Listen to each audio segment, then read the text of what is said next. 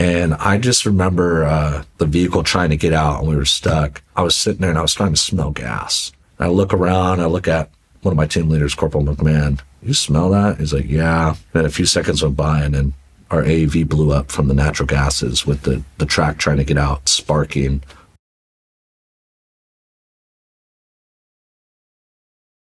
Yeah, so my name is Kyle Hansen.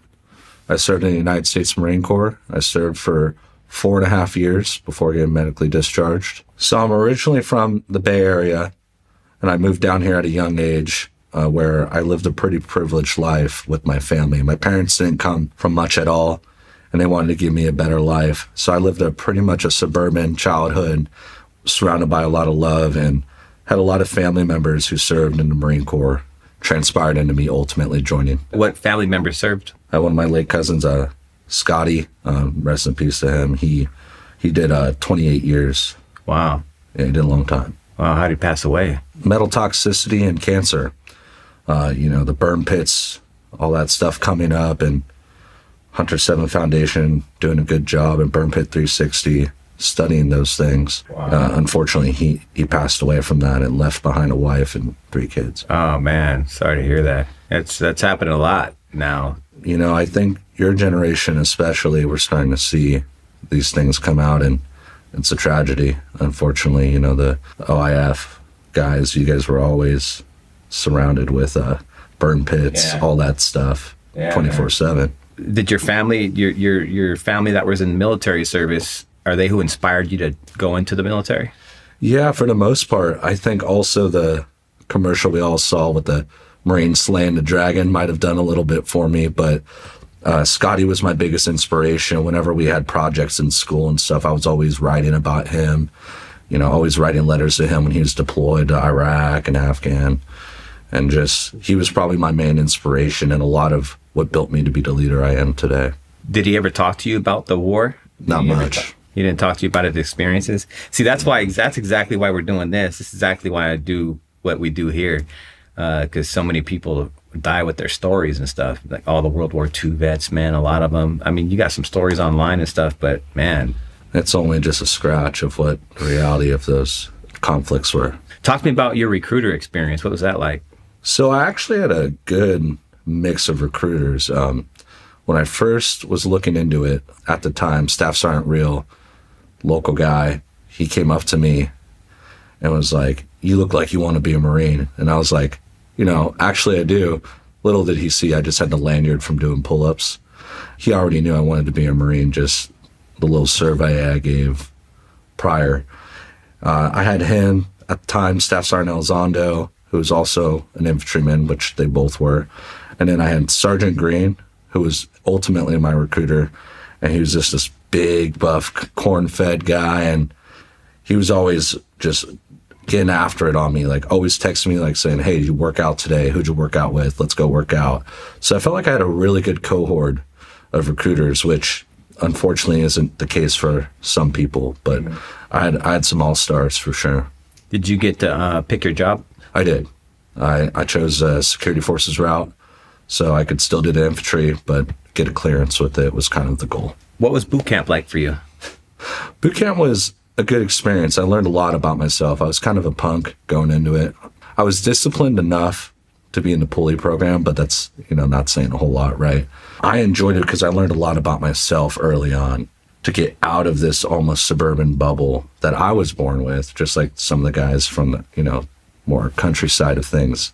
They were in their country bubble and they get to meet new people, new aspects. So that was a good culture shock for me to kind of see how many different walks of life there are, but also you couldn't really talk about it. So it was like you were depicting along the way and building these skills. He just retired, but at the time, Staff Sergeant Perry came in as our senior drill instructor, and he dropped down. He was like, "Who wants to be guide?" I instantly raised my hand because my recruiter's like, "You better come back a guide." And so I was like, I got to lock in for him. And I remember he stood the guide on up and let go of it. And as it was tipping over, I tried to go reach for it and dive, and I missed because I was, I dove too short. And when I dove too short, all the kill hats came in. They're like, "Oh, good, you want to miss." And I was just running up and down these squad bays, getting worked by all the kill hats on the deck. That's a good one for sure. Builds character. Did they still let you be guide? I was guide for a little bit, and then later on down the road, reconnecting with that drill instructor, he purposely fired me so I could have some life lessons going into the fleet of what it's like to not get what you want.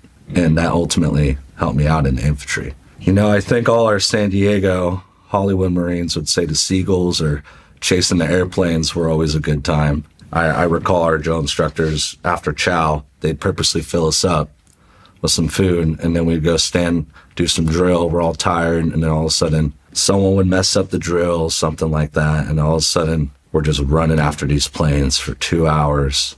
Someone had peanut butter one time in their pillowcase, and I remember they made us drink 2 full canteens while he was doing push-ups, and we were having to do like mountain climbers, all this stuff. It could get complacent, and you learn that complacency. They had it all over the walls and echo. Complacency kills. Yeah. So.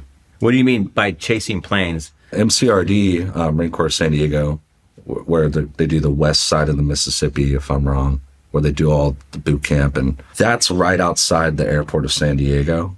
All you hear all night long is these planes just ripping, all day long, ripping. Essentially, this recruit depot is, I would almost say, like adjacent or parallel with the actual runway. So you would just be chasing, like the moment they would start roaring up to take off, they would just make us start running. They're like, you better get ahead of it. And we'd just be running across this sand going all the way down. And you're just like, what am I doing right now? Like, I'm seeing waste management trucks that will pick up trash outside my house, and I'd take the trash out. And I'm like, man, I'm so close to home, but I feel like I'm in prison. Yeah, those planes were, I remember every time the DIs would give instruction in the middle, you know, while they're giving instruction and the planes would be taking off, they'd be so pissed off. And we had a command. I forgot what the exact command was, but they would snap their fingers and like point to the sky. And every time they did that, we had to just stand up and scream at the planes. Wow! You brought back a memory. We had to do that a few times too, I remember, where someone would be talking and they didn't want to, you know, the instructor didn't want to look weak because we couldn't hear him or something. So they would just like, I think it was like eyeballs, and you had to be like, click, or like something like that. And we'd all just stare at the plane to be like, war cry. And we just sit there screaming, all hoarse because we've been war crying all day already, doing whatever they had us doing. Screaming at planes. Screaming at Southwest. Yeah. Do you recall anything like wild happening in boot camp? Any wild stories you could recall? You know, not as wild as I've seen on the internet. I've seen some wild stuff in my eyes, I guess. You know, a guy got his wisdom teeth pulled and he was back in recruit training, you know, literally the next day again after it. And I was like, you know, that's pretty wild in my eyes, at least. But nothing of misconduct. I didn't deal with any of that, and was pretty, I guess, pretty thankful in the long run for, I mean, we got fucked up. Don't get me wrong. We got pretty torn up in there, but it was good. Yeah. What was your favorite part of boot camp? I would have to say going towards the Crucible, or I'm not sure if it's at the end, because it felt like I was doing the stuff I signed up for, which was the infantry. They're trying to simulate war. You're doing buddy drags. You're learning the land nav too, all that kind of stuff. And that's what I signed up for. I wanted to be an infantryman. I think towards the end, I enjoyed that. The shooting was cool, you know, just finally getting to shoot the rifle you've been cleaning for, at that point, probably a month and some change, and you're finally getting to shoot. That also leads into Brown Saturday, they called it for us, when we showed up over at Camp Pendleton to shoot. But I've never heard of Brown Saturday. I hear Black Friday is what was going on, but what's Brown Saturday? Yeah, so I think it was more of a drill instructor term probably that I just found out about through my recruiter. They're like, oh, we'll just wait for Brown Saturday. And it's the first day you get to Camp Pendleton where you're shooting, you know, you start your shooting package and you start learning all those things on Pendleton. And it's essentially you shoot and you get IT'd in the dirt, you shoot. But with Brown Saturday is that day you arrive, they just flip that place upside down, almost like Black Friday. But the reason why it's brown is because you're just covered in dirt instead of watching all your stuff flying everywhere. Did you guys go through the Black Friday? Yes, we did. Yeah, Black Friday was, you know, just like you hear it. I think the Marine Corps does a good job at instilling that initial disciplinary fear when you go into boot camp, because that Black Friday is almost like a ritual for every Marine. You could ask any Marine what Black Friday is, and they're going to know what it is, especially the younger guys like me. Mm-hmm. Black Friday was that almost like an initiation of realizing what you're about to deal with for the next 3 months. Now, you went to boot camp. What year was it? It was 2014. So I take it you were able to gather a lot of information about what Marine Corps boot camp was like before going in, right? Yeah. Were you did it meet your expectations when you went in there? Were you like, okay, yeah, I knew this was going to happen? Because when I went in in 99, and all everybody watched was Full Metal Jacket, and that was it. Like, oh, this is how boot camp's going to be. Now there's a bunch of information online and all that. So did you research like what boot camp was going to be like for? Yeah, so I did, and I grew up in an age where technology was slowly being introduced throughout my childhood. And as I got older, understanding the internet pretty early on compared to most, I got to explore so many forums, what it was like, watch as many videos as you can. And, my recruiter would even, tell me like, oh, I bet you're on the internet, looking up stuff. It's never going to be like what it is in real life. It's never going to prepare you. And I think that's very true. I think no matter what you look up on the internet, it won't prepare you for actually going through it, because you don't have those core principles yet that the Marine Corps is instilling. You don't have the discipline. You don't have the grit, the tact, all that, You have to physically sometimes go through the trial in order to understand the lesson. And I think that's what boot camp ultimately is. What'd that feel like, man, graduating for boot camp? I felt a lot of pride in myself. I felt that I have checked off a box that I knew I wanted to do since I was a child. I knew it wasn't over by any means, especially knowing what was coming next. I had to go do ITB, Infantry Training Battalion, and then hit the fleet ultimately with security forces and do training there, and then go back to the infantry. I already kind of had those steps known and planned out just by, networking with the recruiters and understanding what the process was. But I think it was a lot of pride, seeing my parents being proud of me was probably the biggest thing. I'm very blessed to have two parents who have given me a lot of love. And it was cool to return that feeling to them. ITB was a hell of a lot worse than going to boot camp. Boot camp was so regimented, you just wake up, you do your part, you learn your knowledge, and you move forward. ITB was a whole nother beast. They were trying to break you, and they wanted you to learn the lessons they learned. And as I was going through, I thought I was a part of a very privileged generation of infantrymen where we got to learn from guys who have experienced a modern conflict, and a lot of them brought back a lot of lessons for us. And there was a lot of selflessness looking back on the instructors on how every lesson they gave us was actually to save your buddy, to be there for yourself, take care of your squad, your Marines, because they learned it the hard way. So would you say when you went through ITB, did they have good leadership then? Yeah, so I felt my instructors were great. They really just wore you down. So at the time you're just like, man, these guys are pricks. But they're really, you could just tell, you'd be sitting there in the field, you just got worked. You did whatever range you had to do right. And now they're making you study your knowledge on your packs. But I'll never forget the sergeants still doing everything with us, coming over the packs and making sure we're actually studying the knowledge. Some guys didn't do so well in the exams.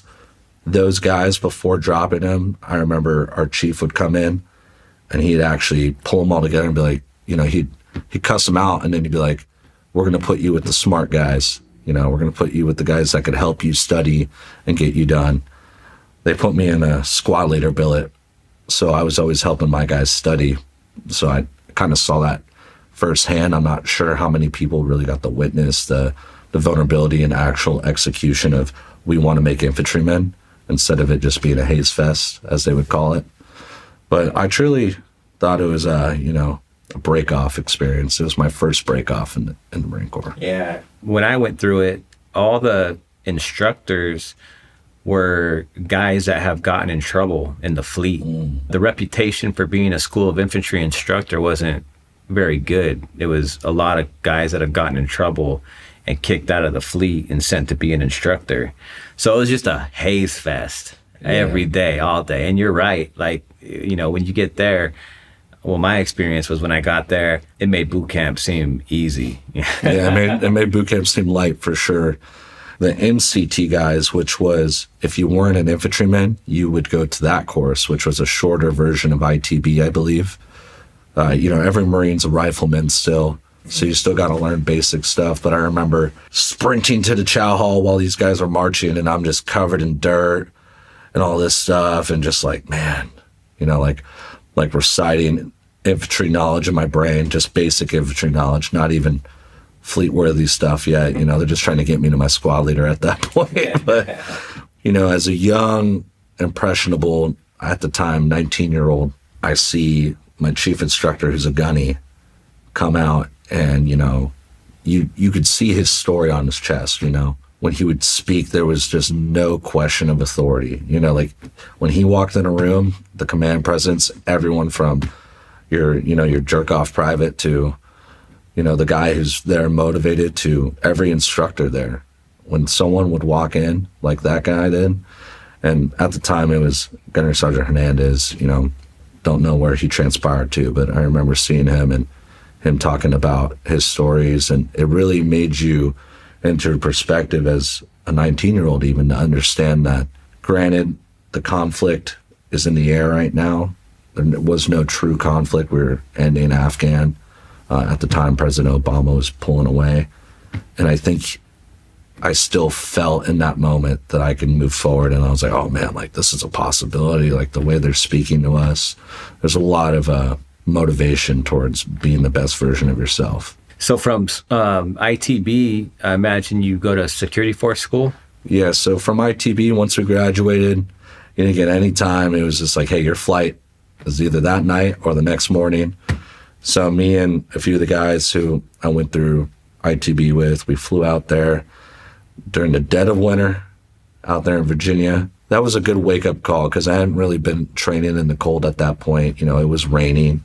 When I was going through ITB, it was like during the winter months here in California. Nothing too crazy, but someone probably ate some charms and made it rain every night. You know, it was still pretty miserable. But hitting security forces is a whole different ball game. You know, there was more expectation, but at the same time, they didn't expect a whole lot of us. I think security forces school was honestly just as tough as ITB when it came to the hazing, came to the good training, a lot of conditioning, a lot of running around everywhere. They didn't let us bus everywhere. It's cold. You're learning how to shoot different weapons. So that was always cool, you know, pistols, shotguns, still working with the M16 at the time. And it was a cool experience. We had a pretty shitbag sergeant with us. I'm not going to say his name for the sake of him, but what made him a shitbag? Looking back on it, I have a more mature answer than I did before. I think he just was processing a lot from his conflict in Iraq and Afghan, and I don't think he knew how to process it. I don't think he wanted to be at security forces. I think he was kind of told to be there. Mm-hmm. Obviously, us as junior Marines, we're not getting told if you got in trouble or not, right? He was not very good to us, you know. He treated it like some poor leadership in the fleet would treat their Marines, you know. Made everyone do everything for him. One time he talked back to one of the instructors, pretty much tried to like boot check him. It was like, you know, getting after it with him. None of my business, you know. I went on to be the leader I was. In security forces, I was a lance corporal, meritoriously promoted me out of ITB to be a lance corporal, which in security forces made me stand out a lot more to him. And he put a lot on me, and I wasn't really equipped for that. So I learned pretty quickly how to adapt and overcome and utilize an OODA loop pretty quickly when it came to me trying to figure things out. The cool thing about security force school is you get a lot of training that you typically wouldn't get if you were to just get dropped straight into the fleet as an infantryman, because you're doing like a lot of close quarters battle training, you know, whereas, you know, in the infantry, you go there, you're just a pond. Yeah. And, you know, get online and rush. I'm up, he sees me. Yeah, whatever the unit's working up in, you're just hopped in and you're learning that stuff as you go. I mean, security forces was, in my opinion, a great way to go because one, I learned, like you said, a lot of urban tactics, but also I learned how to utilize C-wire, how to set up, CCPs, all that stuff, and vehicle checkpoints. I think all those things truthfully equipped in me later on hitting the fleet when we would do field ops, and I got dropped in as a squad leader going to the fleet because I was a corporal at the time with squad leader training. Random field ops, we had to set up a tactical position, and we just took a piece of a notional, town where we need to set up VCPs, all that stuff. And I knew how to do it all. I didn't need guidance, and also, was able to adapt and maneuver my own squad around building these things and teach them that. So that was pretty cool in security forces regard, how you learn those skills. Everyone learns the same knowledge, but it's, how you take it in. Did it snow while you were there? All the time.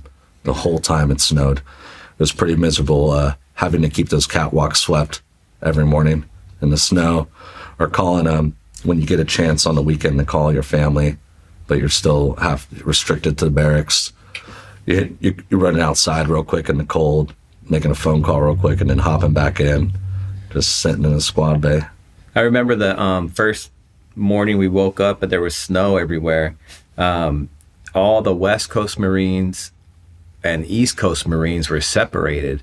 All the East Coast Marines were kicking back up on the catwalk, smoking cigarettes, laughing at all of us because we were in the snow making snow angels, not used to seeing snow. And they're like, look at these guys. Yeah, we had one guy who had never been to the snow before, and I remember watching him grab it, make a snowball, throw it at the fence, and later on found out they had never been in the snow before. And I was like, oh, that's pretty interesting. And going back to the whole perspective of what I experienced at boot camp, seeing new walks of life, new personalities, and learning that, especially in the infantry, but the Marine Corps is just a gathering of all cultures in the United States. And you learn so many perspectives. You learn upbringings, good and bad, right?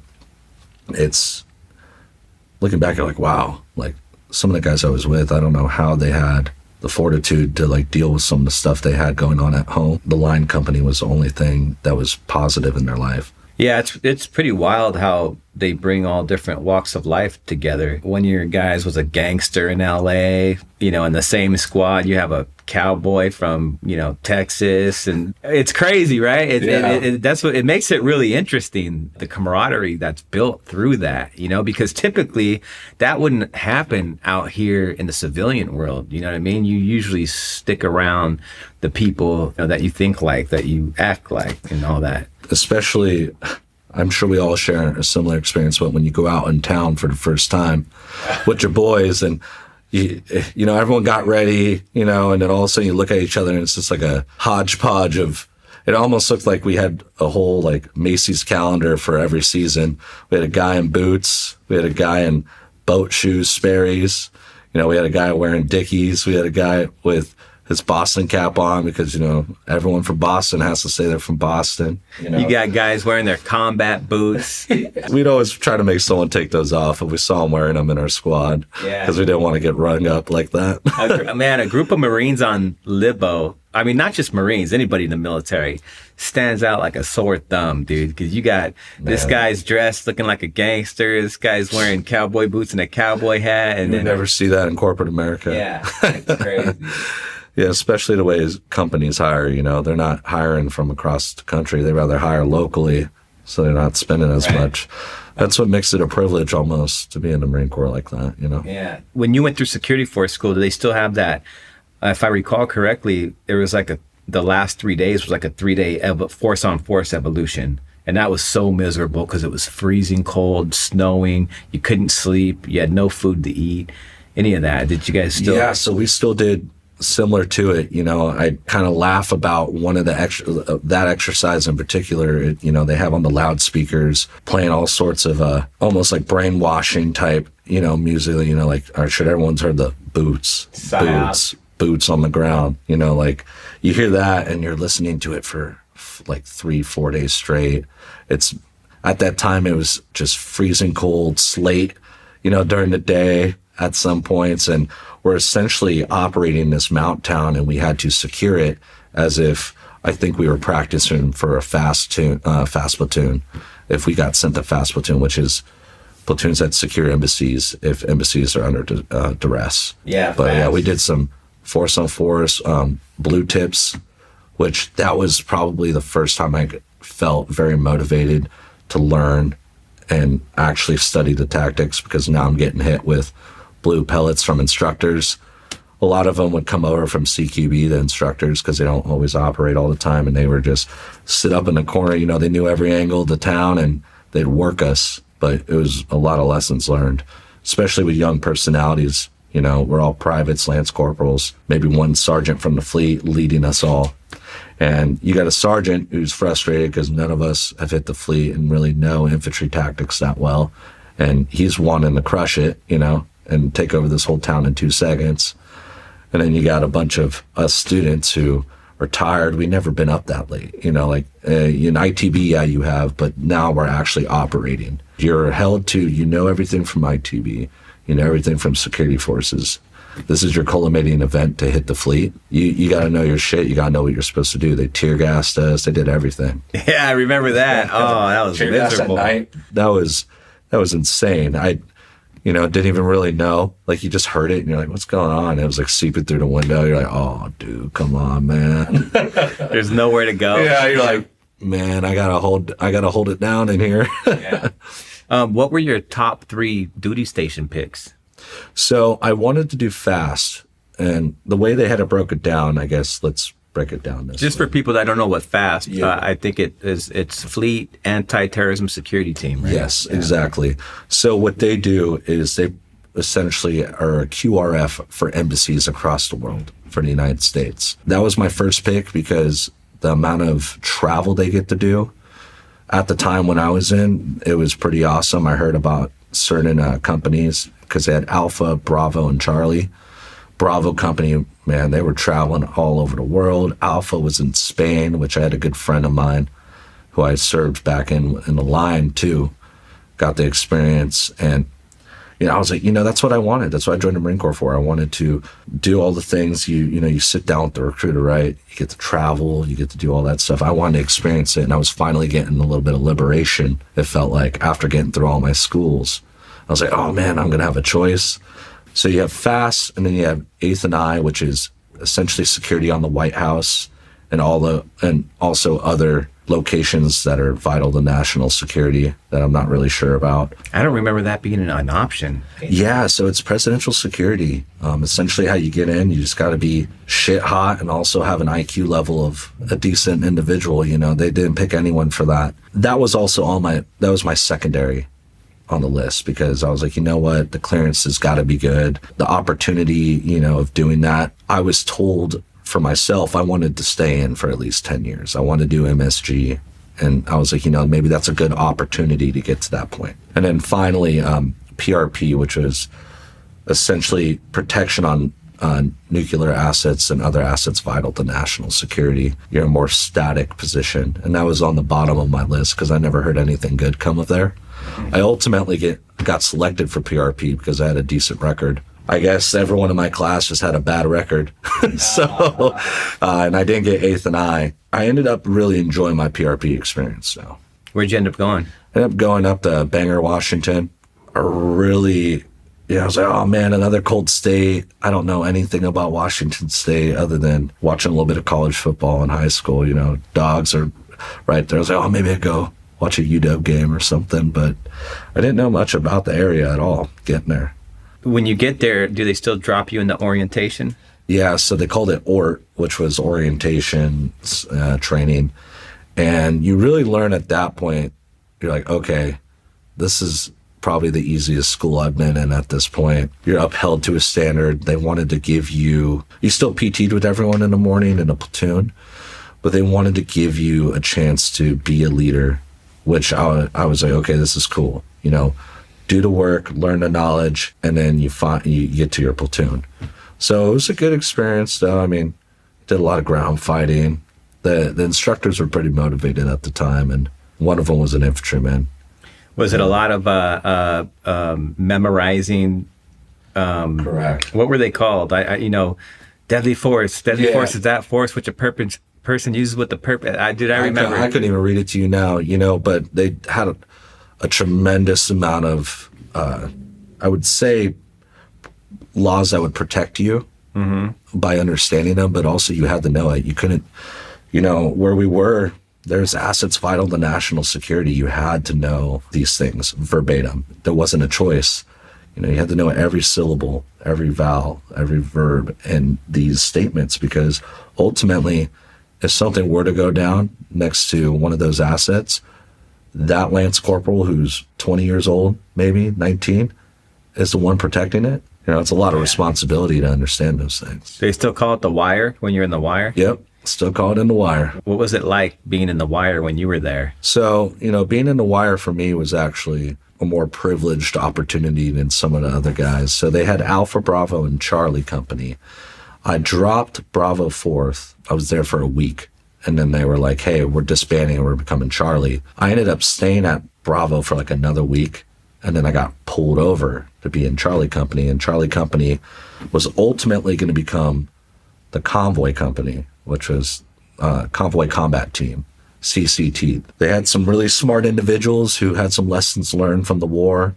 And they said, hey, we did a good job when we had teams like this moving secured assets. So they created us, and basically what we did was we moved vital assets back and forth. And it was a great experience. We did a lot of training at JBLM, which is an Army base close to where we were stationed. We got to do a lot of great training. Before you went on post, did you guys still conduct guard mounts? Always.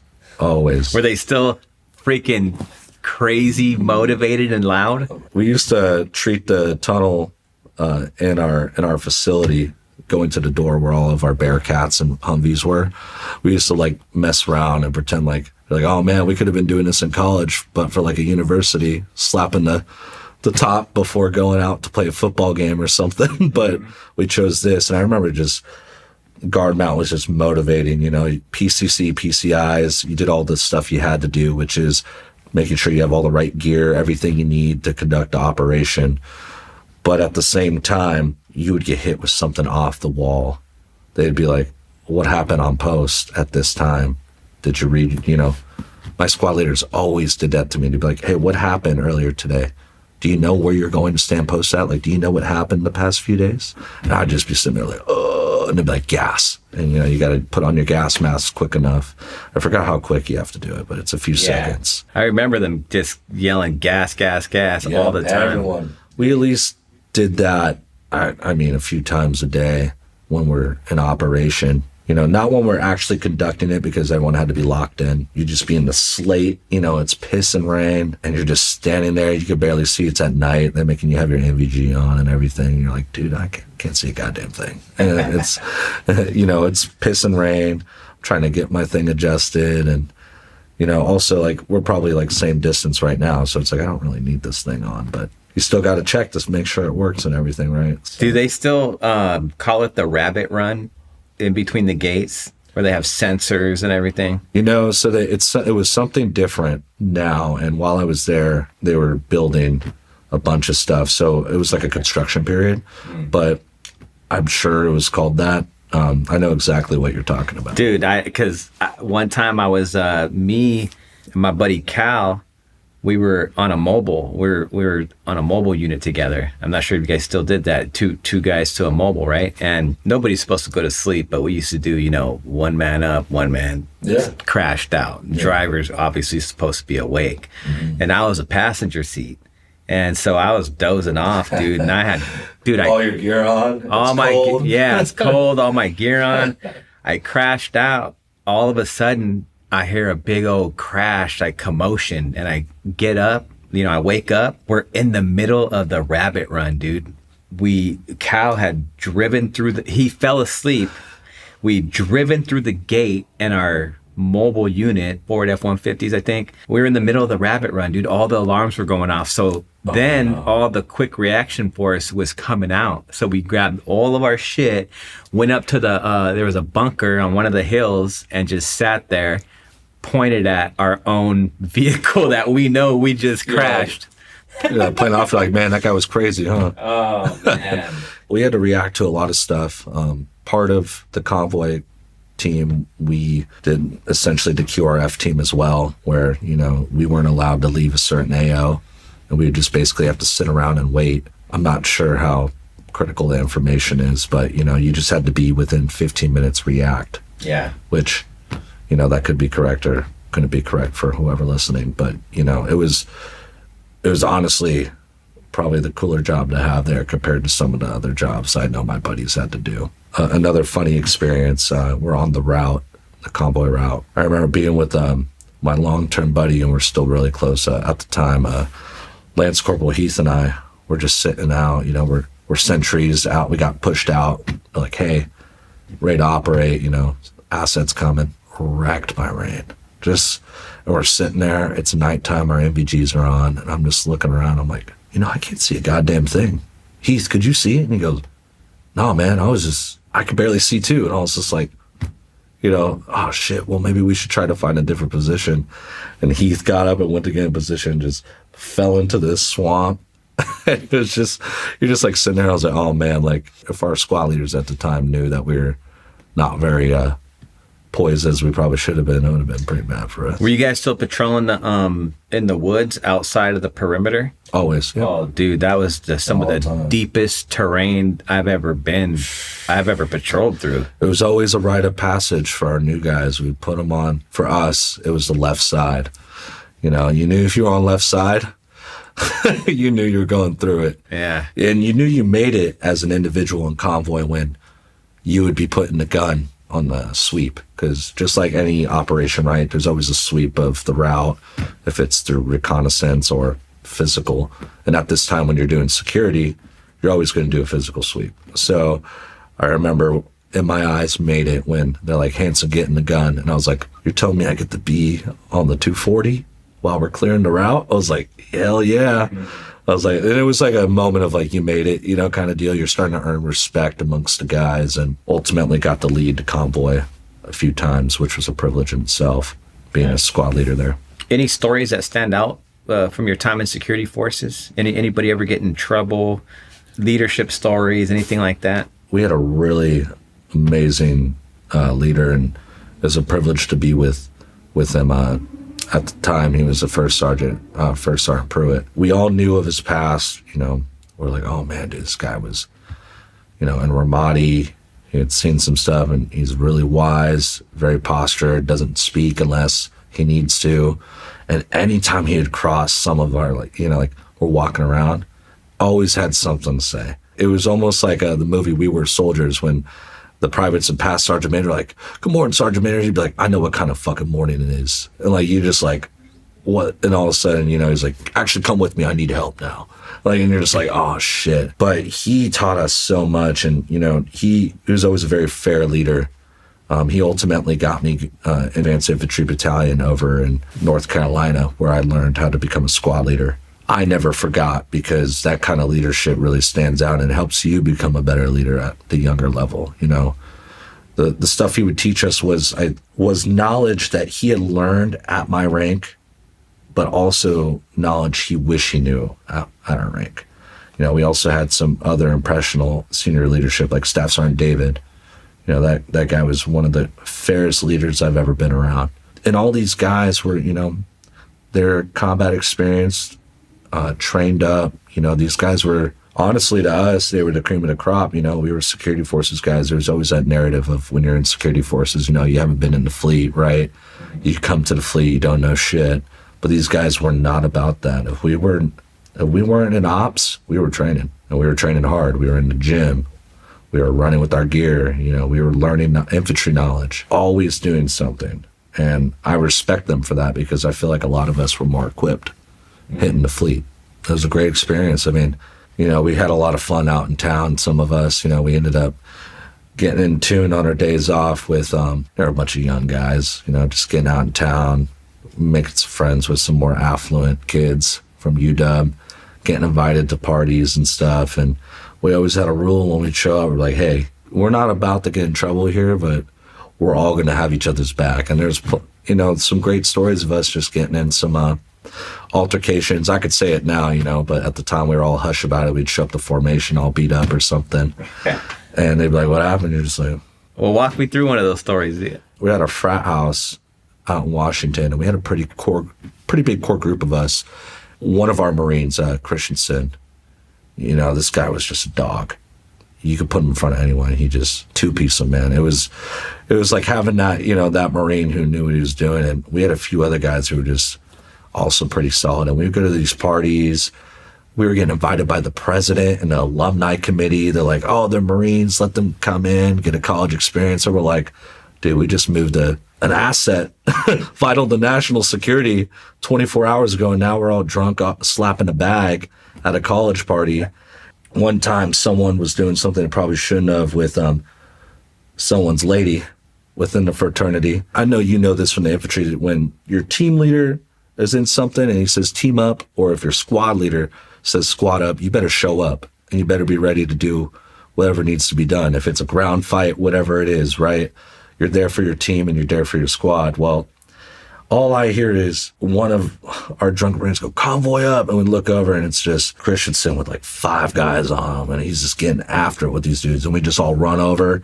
You beat the brakes off these guys, and unfortunately, it is what it is. No one got in trouble, but no one likes to get the works from a group of Marines at their party when one of the Marines was with one of their girls, you know what I mean? Yeah. No one likes that.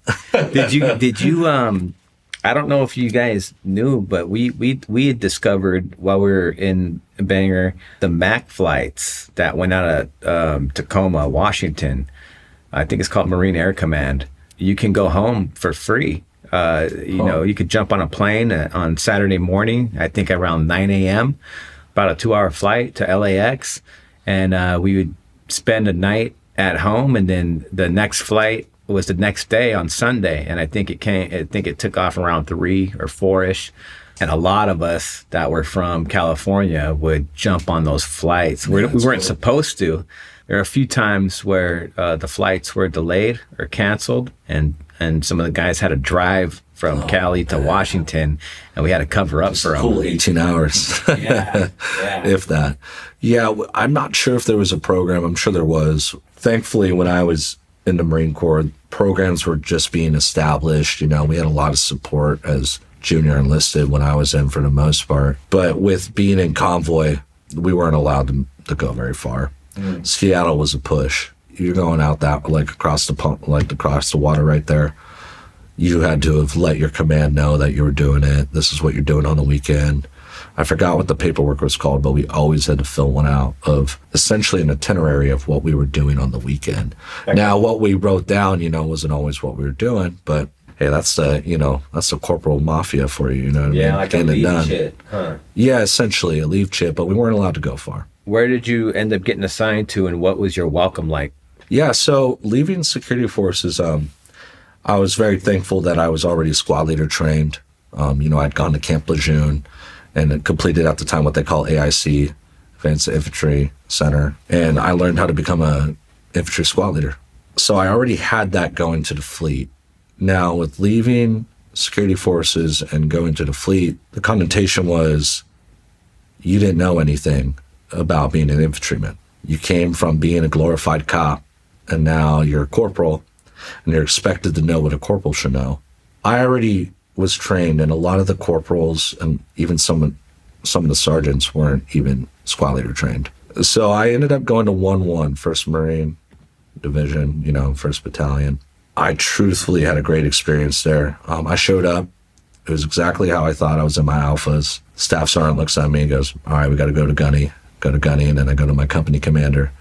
At the time, Captain Smith is sitting there, and I look at him and I was like, dude, this is exactly what an infantryman looks like. He's lean.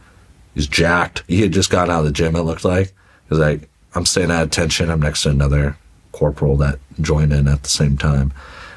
I just remember him going, Hansen, puts down a grid and a map. He goes, shoot me a back azimuth right here with these coordinates. You're right here. I'm like in my alphas, sweating my ass off. It's summertime in SoCal, so it's pretty warm. I do it real quick. I'm all nervous. My hand's all sweaty. I'm smearing, on the map and stuff. And the guy's like, why are you nervous, Hansen? I'm like, hey, I was trying to get it done. And I got it done, and then he made another guy do it, and another guy didn't know how to do it. He was like, why don't you fucking know how to do this? And it was kind of crazy coming from a company commander, you know? It's supposed to be like your top guy. And you see him, he goes, the importance of you coming here is to know these things. We're going to get you spun up and get you ready, because that's what we do here. And I never forgot that, because I was like, wow, you know, like usually you get told, you know, when you get there, you're treated like shit and stuff. If you just knew your shit, no one would fuck with you. And I knew my shit, so I wasn't going to get fucked with. You do get that perception when you're in security forces that it's going to be hell when you get to the fleet, because you're not going to know anything. When you get there, you realize all these dudes don't know shit either. They're all a bunch of boots, you know? Yeah, and, you know, I think it was also a privilege to serve with some of the guys because they had just came back from a deployment. For my generation, we had some squad leaders who had been to combat. A majority of the platoon sergeants were all seasoned. So pretty much anyone sergeant and up had potentially, if they weren't security forces, had been to combat, had been to Afghanistan at that point.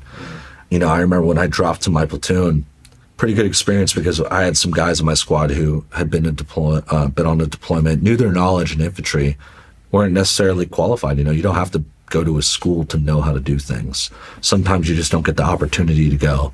And I had a lot of those guys in my squad, and you know, we hooked and jabbed, pretty sure. Like it was a good experience. You know, I had a few gut checks along the way with some of the other individuals in different platoons who were combat vets, but you know what it was ultimately? They wanted to know if I was going to be able to do the job or not. Me coming in as a squad leader into, you know, 1-1 of all battalions, you know, there's a lot of history. There's a lot of honor amongst the ranks when I was in. And it was, you knew your shit, you get the billet. You don't know your shit, you're not going to get the billet. I almost felt like it was a rite of passage. I felt like I had done a pretty good job at it because I never really had issues. I knew my knowledge, and I loved the infantry. What were some of those gut checks that you talked about? So I remember one time, and he's still in, and a very influential infantry leader. He was a sergeant at the time, and man, this guy was just that dude. Everyone in our company, I was in Charlie Company, chosen, and everyone just knew who he was. He was a sergeant, hardy, combat vet. You know, at the time, you know, that's a lot of influence, considering if the leader's good or not, right? You see that, in my generation, you see that combat action urban, you automatically have an assumption they're a decent guy. Later on, you kind of learn that it's not always the case.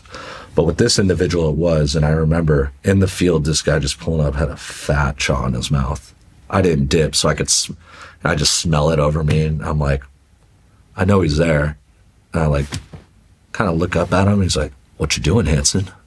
I was like, plotting some routes. You know, we're about to start patrolling, trying to figure it out. And he goes, cool, you're at this point, right? I'm like, yeah. He goes, 2 of your vehicles go down.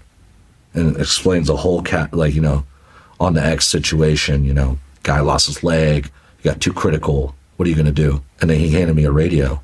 But he already had another sergeant who was out now, Sergeant Muwas, another great influence on me, who was a combat veteran.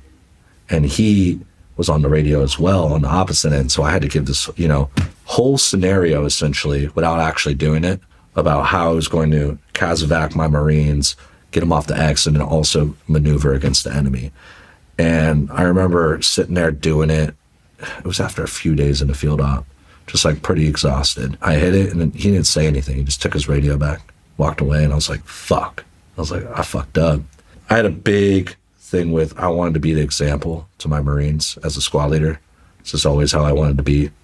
I never had siblings growing up, so there's a little bit of childhood of, these are my brothers. You know, I joined the Marine Corps and I earned my brothers, and I want to be a good example to them. And I remember he walked away, and then a week later, he started hitting me up to go, hey, Hansen, you're going to be the assault. Hey, Hansen, you're going to be my support by fire. You know, and I knew at that moment I had earned some respect from some guys I deeply respected, and ultimately were there for me when I got hurt as well.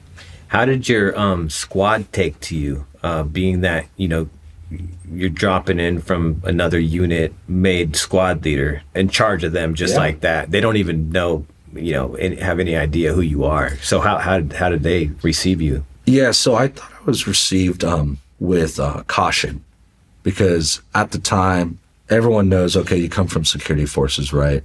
You may or may not know your shit. And I think I received caution, but my posture and how I was as an individual at the time, I wasn't going to be played a fool. And that was it. Like, hey, I know my shit. I'm going to hold myself accountable just like I would hold you accountable. If you're fucked up and we're doing something, we're all doing it together.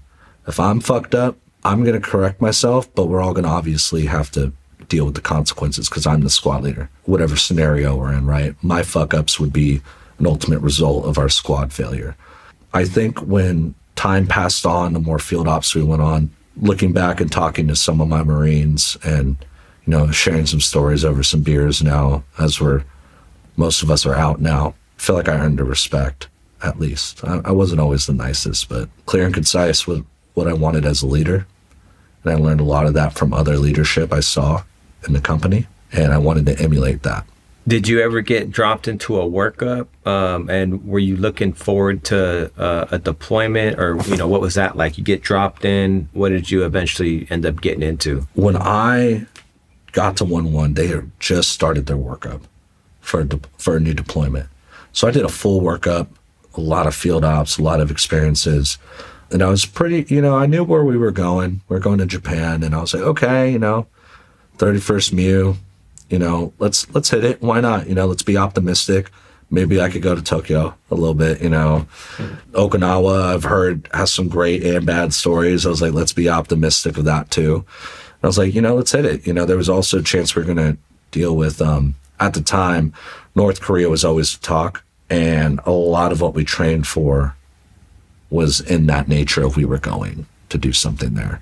So there was also hopes of us going to South Korea. And so I was like, you know what? Like, I'm going to embrace this. It's going to be in the dead of winter going. It's going to suck. But just like everything else in my Marine Corps career, it's been in the winter. So I'm just going to keep embracing and keep moving.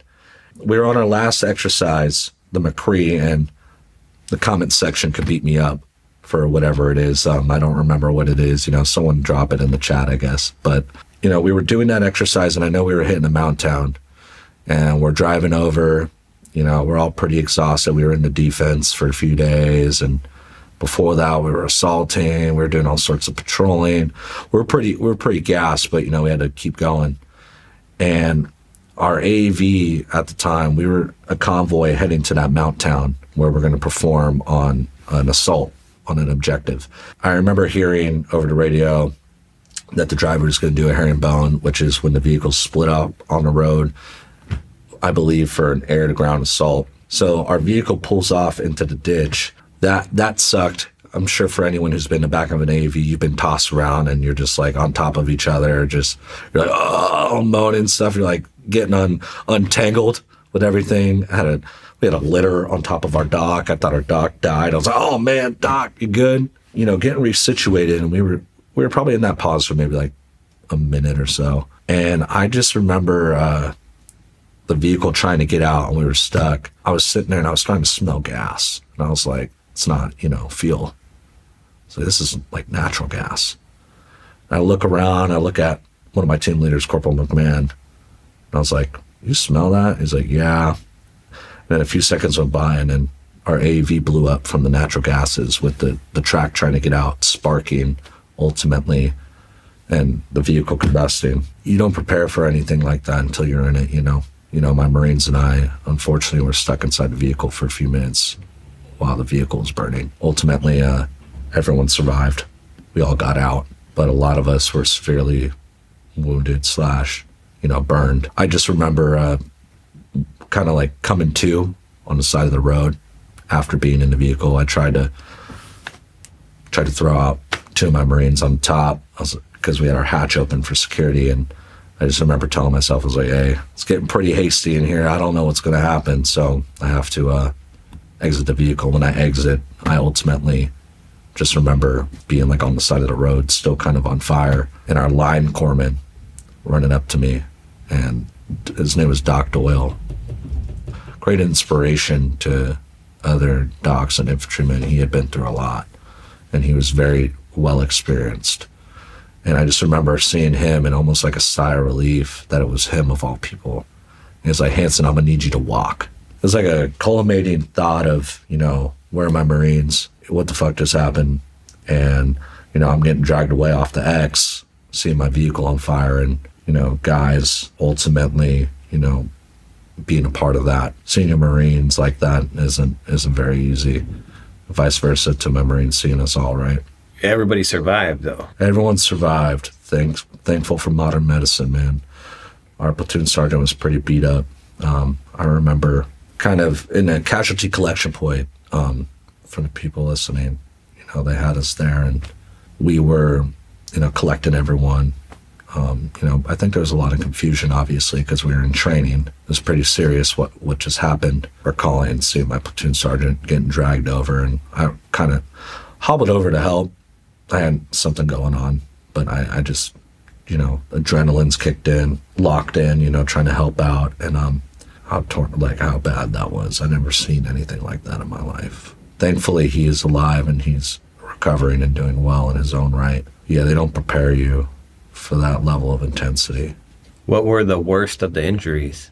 Shrapnel. A lot of us had metal in us and stuff from explosion. We also had live ammunition, ammo, so I can only imagine, things were starting to heat up in there, right? Cooking off. Nothing cooked off on me, I don't think. I had a hard time kind of looking at poultry in a different way too, even. Just seeing how raw life could be in that moment and understanding those burns, nothing prepares you for that. Things like that, it's still an experience. Thankfully, I've had good mentors guide me through, when I was dealing with a lot of mental health stuff at Wounded Warrior. You end up at Wounded Warrior. What was that like? Not what I thought it would be.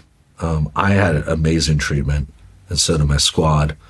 But a lot of the people at Wounded Warrior were not of the caliber of what looking at my guys and myself.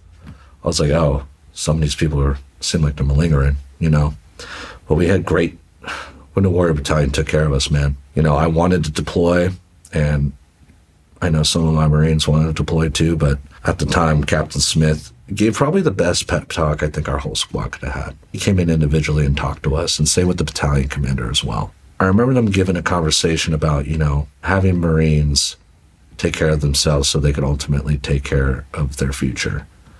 And I remember when they were having that conversation with me as, a young corporal squad leader at the time, I thought I was top shit. I'm a squad leader going on deployment. Let's fucking go, and feeling pretty defeated, feeling a lot of guilt, feeling all sorts of, negative emotion. And what they had said was pretty critical was, if you can't take care of yourself, you couldn't complete the mission anyways. And I remember when Captain Smith told me that, and I thought about it, he goes, think about that really hard before you try to join, us. He's like, get as healthy as you can and try to join. He goes, because if you fake it now and something comes up when we're all together out there, you're costing more lives if we were to go to combat.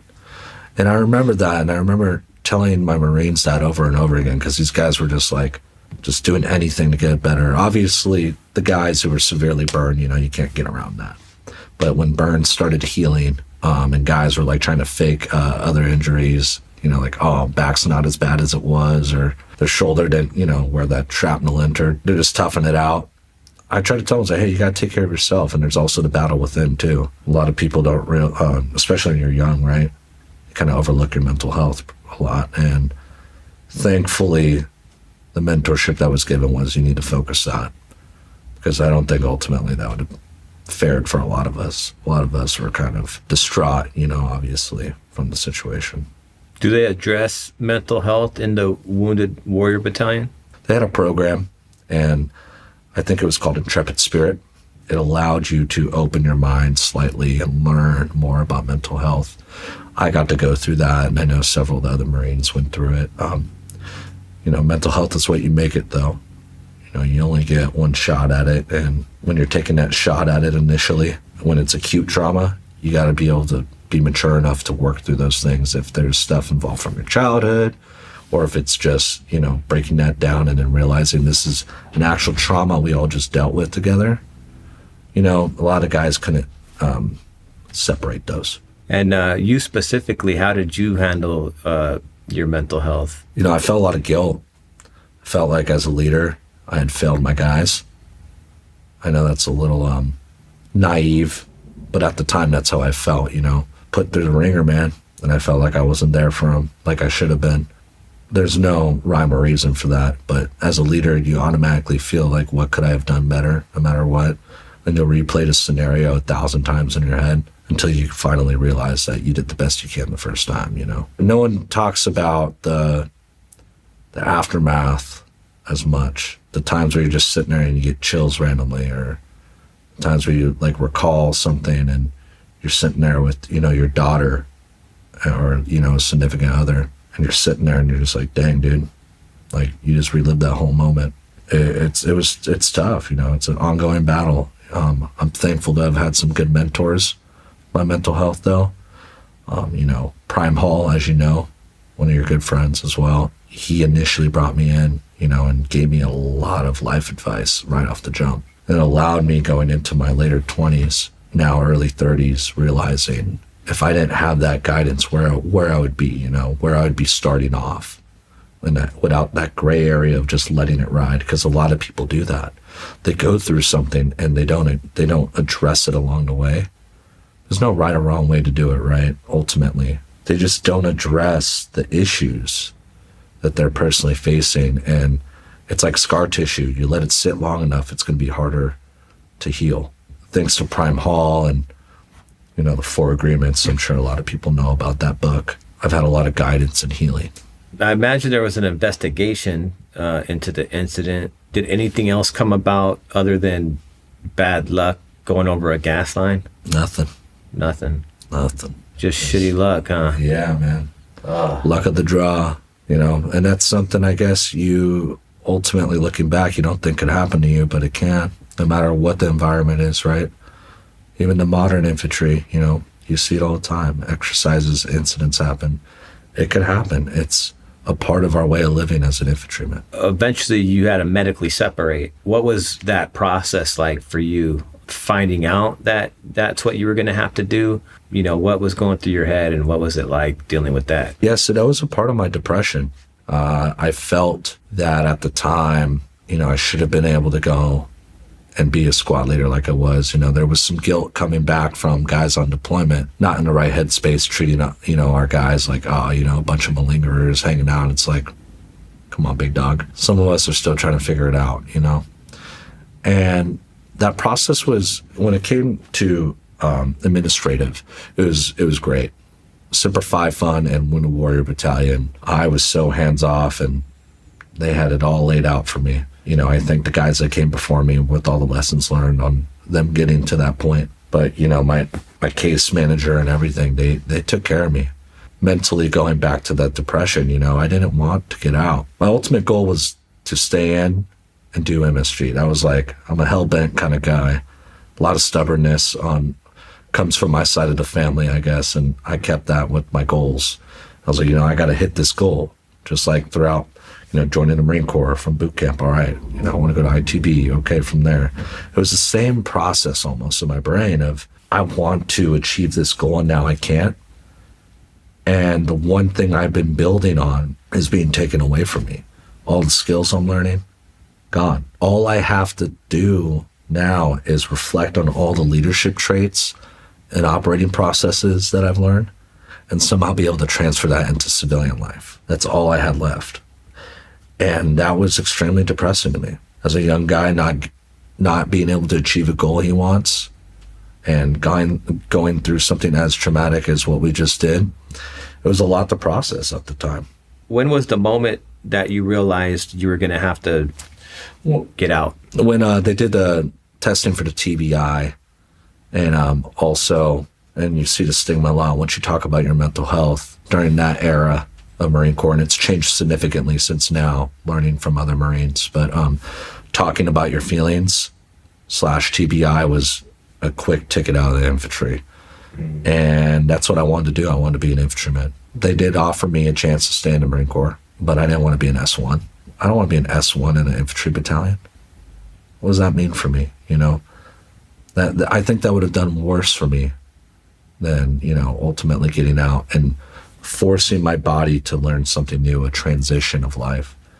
I think that was probably a more healthier option.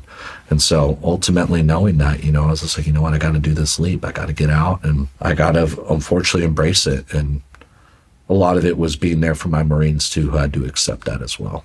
So what was that like, trying to reintegrate back into civilian life after that? It's interesting. And just like with anything in life, you put in what you make. You got to just get in the experiences. You got to be able to learn the skill. You got to be able to transfer the skills that you've had. And I can only speak on, skills I've learned in the infantry, which is a lot of stress-induced leadership skills, under pressure, learning how to operate and manage things. I had those skills, and I was like, you know what, this has got to fit somewhere. And so I kind of bounced around, dabbled in the solar industry on and off, and I did fairly well, learning how to charge my own self-mind finances, knocking door to door, selling solar. That stuff's not easy, going from having the ego of being a squad leader to that. You have to reset yourself. You have to bring it all away. You went through those experiences, and that's what makes you an individual. But that's not what counts in the civilian world. What counts in the civilian world is when you reset and how you operate yourself in whatever company, or if you go to school, whatever you do, that's what makes you the person you are meant to become.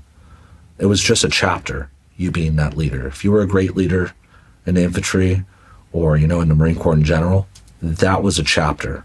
The new chapter is figuring out how you're going to become a better leader and a better steward, and also, be better for your community, because ultimately that's what service is. And when I got in that mindset of understanding that my service is still continuing, instead of, oh man, I'm just out here in the sales gig, no one knows what the fuck I've been through, like all this shit. When you keep that narrative of you're still continuing your service, there's healing in that. And ultimately that's what led into, nonprofit work for myself. What kind of nonprofit work did you get into? So I got into environmental stewardship, and what my thoughts were, along with another colleague of mine, was when I was at Wounded Warrior, I was on the beach and I was still kind of banged up. I still had my wrappings on from my burns, and they were just doing like an outing for everyone at Wounded. And I'm sitting there and I'm like, well, I can't go in the water. Secondly, that would be miserable with covering from burns. Salt water on the wounds would be awful. Probably a lot of bacteria or something too. So they were like, no water.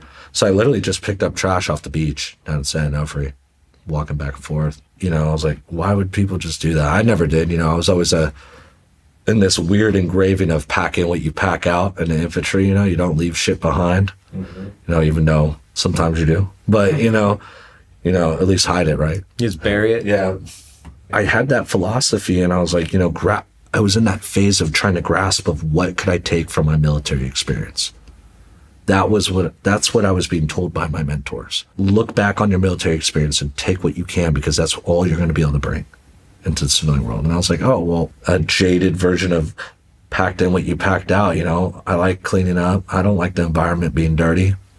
And so that led into just getting a few of the fellas out, just picking up trash off the beach, having a few beers afterwards. And slowly it turned into this movement where over the years we started growing. The name of the organization is Recycle for Veterans. What we do is promote environmental stewardship by empowering veterans to help clean our communities alongside with allies. And allies are people who could have served or, just support the military in a different capacity.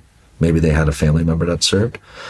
And the ultimate goal of our mission is to bridge service members back into the community, uplift Americans to be more positive and united together under stewardship and conservation, which is a core value to our country.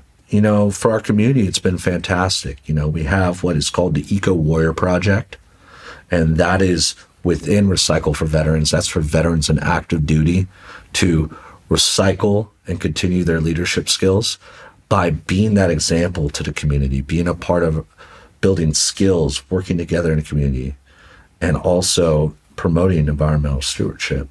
And it's been phenomenal over the years. It's been healing for myself. It's been healing for other people in the community to be a part of a positive nature where you see a lot of different avenues. There's a lot of great resources out there in the veteran community. And there's, some resources that are challenged. I won't say bad, but I think challenged. They don't always fit. There's different narratives. And I think what we're doing here is allowing veterans and active duty service members to feel more connected in the community. It's not you get out and you're the veteran at that job.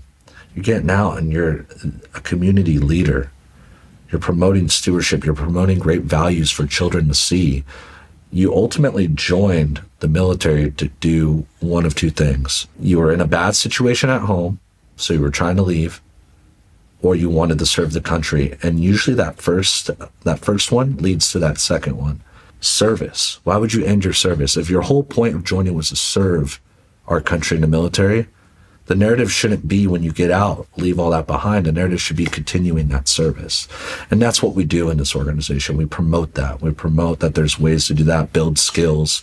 If you're a college student, there's plenty of programs within the Eco Warrior Project where you can build skills, work alongside the organization, get that job experience. So when you utilize your GI Bill and you have that education, you can then now apply experience with the ed. It's not just have the degree anymore. You need to have experience, and you have plenty of it. You have military experience, and now you have experience outside alongside of education. With those principles of us building that, we've, over the past 6 years, we've grown to a few thousand active representatives within the organization. Someone told me, or I read it somewhere, and it was about if you ever feel lost, you could always find yourself in the service of others. Like, just start serving other people, and it will do good for you. Serving leadership is our core principle. Our leadership within our organization, that's all we talk about. You put yourself first by putting others first is what, and that's probably hodgepodged from a few quotes of books and stuff. I'm not worried about what other people think because I'm more worried about serving others and serving the community. Who's that bracelet for? This bracelet's for one of my greatest friends, Staff Sergeant Raymond Torville. He was in 2-4. Shout out 2-4. I never served with y'all, but some good guys over there, them bastards, right? Torville was a good example of what having a brother truly meant, and a good leader. We knew each other pretty much throughout our whole time serving. If it was mutual connections from ITB that we got served with each other, to when I went to advanced infantry course and learned how to be a squad leader, he was over there too. He had just completed his course. So I was learning from him, and we were peers and we were friends. Building that relationship over time and getting reconnected back here in California when he was stationed out here, to just him joining Recycle for Veterans and being a part of our community. I've never met a more selfless person in my life, and he ultimately became my brother, from bar fights to stewardship in the community. As someone you could always count on. And as somebody who was an only child, I wasn't privileged to have siblings. And so I felt like I had one with them. And, he unfortunately isn't with us anymore. Be good and do good for others. It's up to you to be the example to your community. And without you being that example, there is no one to look at. So get out there, be better every day, and take care of yourself, and don't be so hard on yourself. If people want to get involved in Recycle for Vets, how can they find you? So you can find us on all social media platforms, Instagram, Facebook, TikTok, but you can also look up www.recycleforveterans.com and figure out how you can get more active in our community. We have plenty of events throughout the year. We also have opportunities where you could help build chapters within your community.